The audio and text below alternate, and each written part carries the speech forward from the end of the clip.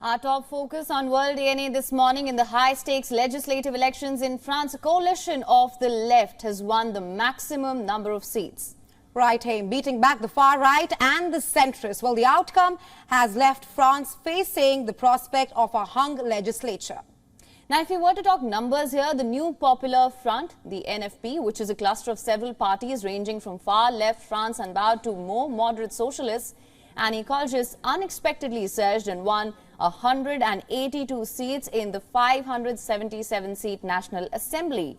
The centrist Ensemble Alliance won 163 seats and the far-right National Rally won 143 seats. And that means all three main blocs are well short of the 289 seats needed to control the National Assembly. A hung parliament is an unknown territory for modern France. Unlike other countries in Europe, France does not have a tradition of lawmakers from rival camps coming together to form a majority. Well, what comes next is uncertain and unprecedented for France. The RN seems to have conceded defeat, with leader Jordan Bardella calling the cooperation between anti-RN forces a disgraceful alliance that would paralyze France. Unfortunately, the alliance of dishonor and the dangerous electoral arrangements made by Emmanuel Macron and Gabriel Attal with the far-left formations are tonight depriving the French people of a policy of recovery that they nonetheless overwhelmingly sided for by putting us in the lead in the European elections and then, last Sunday, in the first round with almost 34% of the votes cast. The left and centrist alliances cooperated after the first round of voting last week by pulling scores of contestants from three-way races to build a unified anti-RN vote. Coming to the NFP and the centrists then, the NFP is clear that it wants to govern. Hard-left leader Jean-Luc Mélenchon said that the will of the people must be strictly respected. Now the will of the people must be strictly respected. From now on, no tricks, backroom deals nor combinations will be acceptable. The lessons to be taken from this vote is definitive. The defeat of the president and his coalition has been confirmed with clarity. The president must give in and admit this defeat without trying to get around it in any way. The prime minister must go. French President Macron's office says he is assessing the latest election results and will wait for the full picture to emerge before taking a call. On the other hand, French Prime Minister Gabriel Attal said that he will tender his resignation to the president today. Tonight, the political group I represented in this campaign, even if it scored 3 times more than what was predicted in recent weeks, does not have a majority. And so, being loyal to Republican tradition and to my principles, I will hand in my resignation letter to the president. Meanwhile, demonstrators clashed with riot police after results from France's parliamentary election were announced.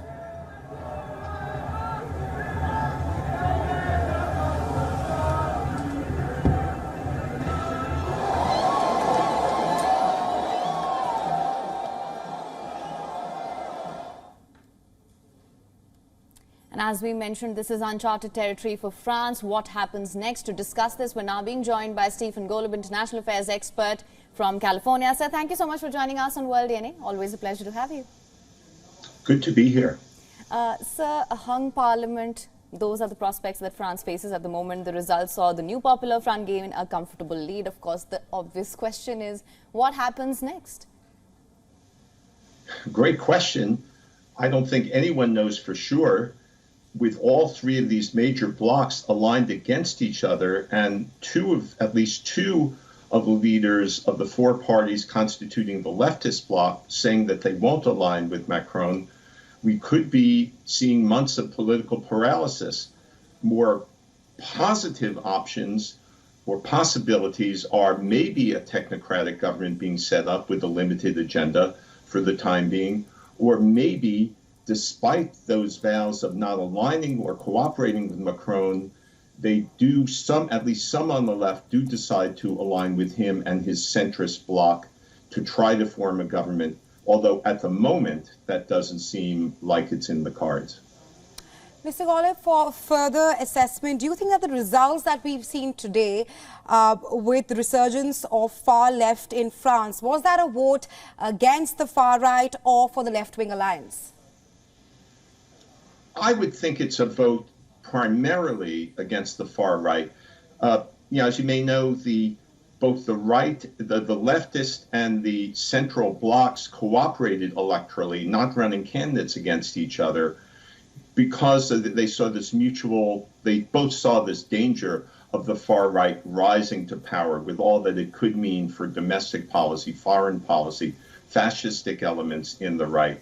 So I'd say it's more a matter of their cooperating against the far right. If I may, one other brief observation I want to offer is that taken together with results in some other countries over the past couple of years and even weeks and months, the notion of a worldwide wave of far-right parties dominating has dissipated somewhat. Not everywhere, but you've seen far-right parties or leaders losing or being weakened over the past couple of years, starting with Brazil, but also in Poland, more recently elections in Hungary and Turkey, now France, the United Kingdom. I wouldn't say the far right was weakened, but you did have a center-left Labour Party being dominant in the results. And even in Iran, a different kind of far-right party, very, very far-right Islamist party, very, very fundamentalist, losing, or a candidate for president losing there to a more reformist candidate.